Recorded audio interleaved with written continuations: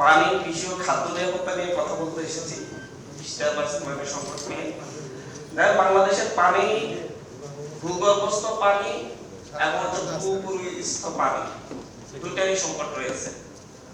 এমনকি হচ্ছে উপকূলীয় অঞ্চল বলেন কিংবা হচ্ছে আমাদের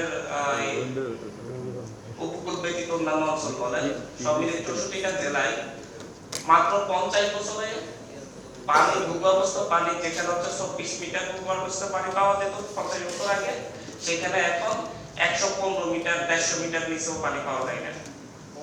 এবং এই সংকটটা তৈরি হয়েছে শুধুমাত্র যে হচ্ছে পানি উত্তোলনের কারণে তা না, এর পাশাপাশি হচ্ছে খরাও একটা কারণ এবং বৃষ্টিপাতের কম দিক নিয়ে যে রাজশাহী অঞ্চলে প্রতি বছর 0.5 মিলিমিটার কম বৃষ্টিপাত হচ্ছে। বিভিন্ন জায়গায় সরকারের উদ্যোগ থাকে, প্রত্যেকটা সরকারি আসে, হয়তো কখনো এমসি সরকারে গেলেও তারাও আসবে, প্রতিশ্রুতি দিয়ে আসবে যে আমরা পানি নিরাপত্তা নিশ্চিত করবো, কৃষি নিরাপত্তা নিশ্চিত করবো, খাদ্য নিরাপত্তা নিশ্চিত করবো। আমি একটু সবসময় উল্টো দিক থেকেই কথা বলি।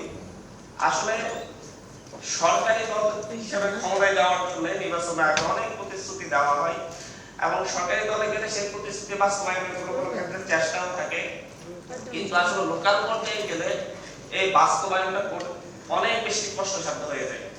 খাল পুনরুদ্ধারের অনেক এই সরকার ক্ষমতা আসার পরে মাননীয় প্রধানমন্ত্রী খাল পুনরুদ্ধারের অনেকগুলা প্রজেক্ট দেখতে পাচ্ছেন না। আমরা যারা ঢাকা শহরে থাকি কিংবা হচ্ছে যারা কোনো উপশহরে থাকি কিংবা যারা কোনো পৌরসভায় থাকি, ওই সকল পৌরসভা, উপশহর কিংবা সিটি কর্পোরেশনের কয়টা খাল পুনরুদ্ধারের কাজ শুরু হয়েছে?